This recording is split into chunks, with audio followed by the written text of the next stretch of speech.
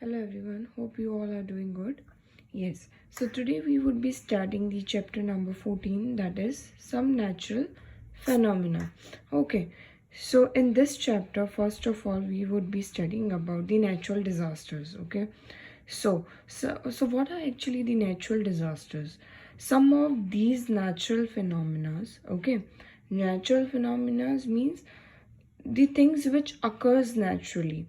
Okay, so those natural phenomena which causes mass destruction of life and property, both the things, life and property, they have been termed as natural disasters. Suppose you can just look at this picture and see that this is lightning.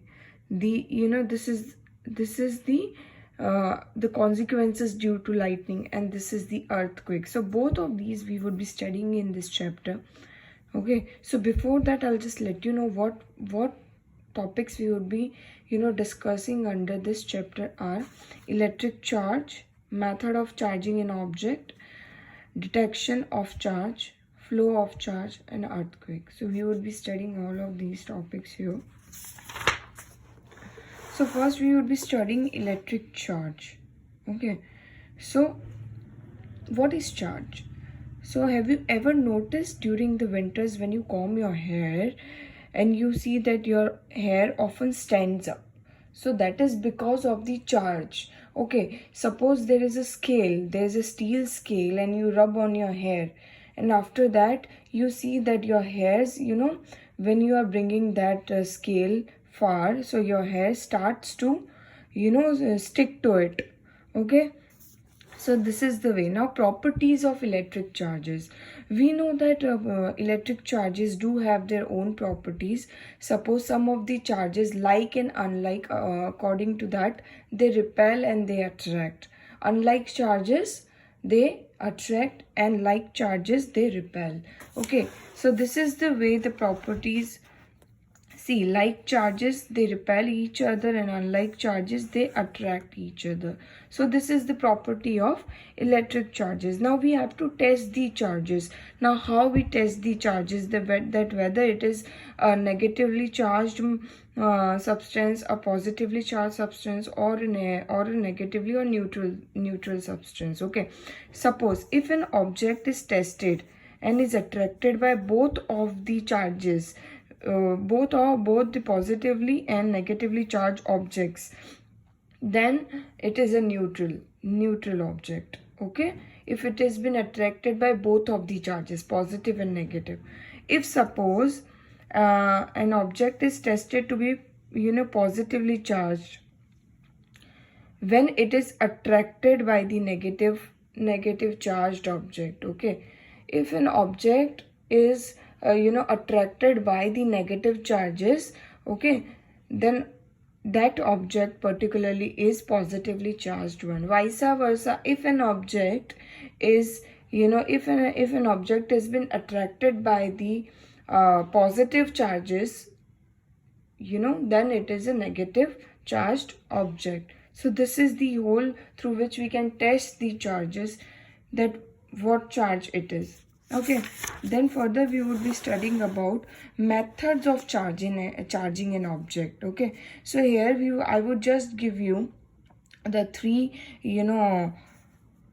uncharged object can be charged by the following three ways. Okay, first is it can be charged by friction, it can be charged by conduction, and it can be charged by induction. So further we would be studying this in our class. So this is the three ways through which an uncharged object can be charged. Okay, and then a detection of a charge can be detected. A charge can be detected using a device called electroscope. Okay, electroscope. Yes, so this is the electroscope, and through which a charge can be detected. A gold leaf electroscope this is. Okay, so nextly we would be studying the flow of charges. Now here two diagrams. I would just give you the explanation through these two diagrams. you see there are two diagrams. The two circuits are here. One is made up of copper wire, other one is made up of nylon wire. Okay, so flow of electric charges would happen only through the copper wire because it is a good conductor of electricity.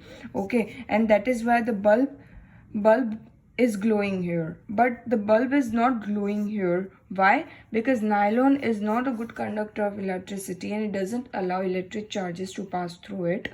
Okay, it is basically an insulator, so that is why it is glowing here and it is not glowing here. So you can see the flow of charges here. Okay, now nextly we would be studying about lightning. Now what is lightning actually? Lightning is termed as powerful discharge of electric charges, okay, in the clouds. Okay, powerful discharge of electric charges in the clouds, that is been termed as lightning. Okay, now Benjamin Franklin, American scientist, he explained the theory of lightning. Okay, he explained the theory of lightning. Now lightning along with the sound, okay, lightning along with the loud sound is called thunder. Okay, and we all have heard about lightning strikes. Now lightning strikes are what? See, a lightning between cloud and earth. A lightning between cloud and earth can hit any objects like tall buildings, trees, etc. on earth. Okay, so it is called lightning strike, and this is a natural disaster. A lightning strike is a natural disaster, and for this, to save buildings, tall buildings from the lightning strikes, we use lightning conductor. To protect building tall towers from lightning, we use lightning conductor, that is a copper plate. Okay, metal plate under the ground of the building, so we use that lightning conductor. Okay, lastly we would be studying earthquake. Okay, so what is earthquake? Earthquake is a sudden shake of the surface of the earth. Usually it lasts for the shaking of earth may last for few seconds to few minutes. It depends how major the earthquake is.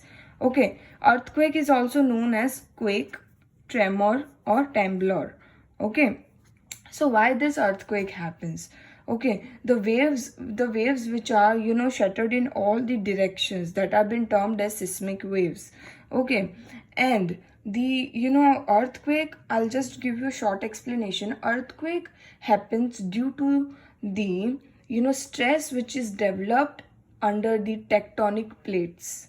Okay, in the tectonic plates, and then they slide, and this forms the waves in all the direction. They have been termed as seismic waves, and this seismic waves further they shake the crust of the earth. Happens to be in the shaking of the earth crust, so that is been termed as earthquake. So you can see earth crust is the outermost part of the earth. Okay, outermost layer of the earth is earth crust.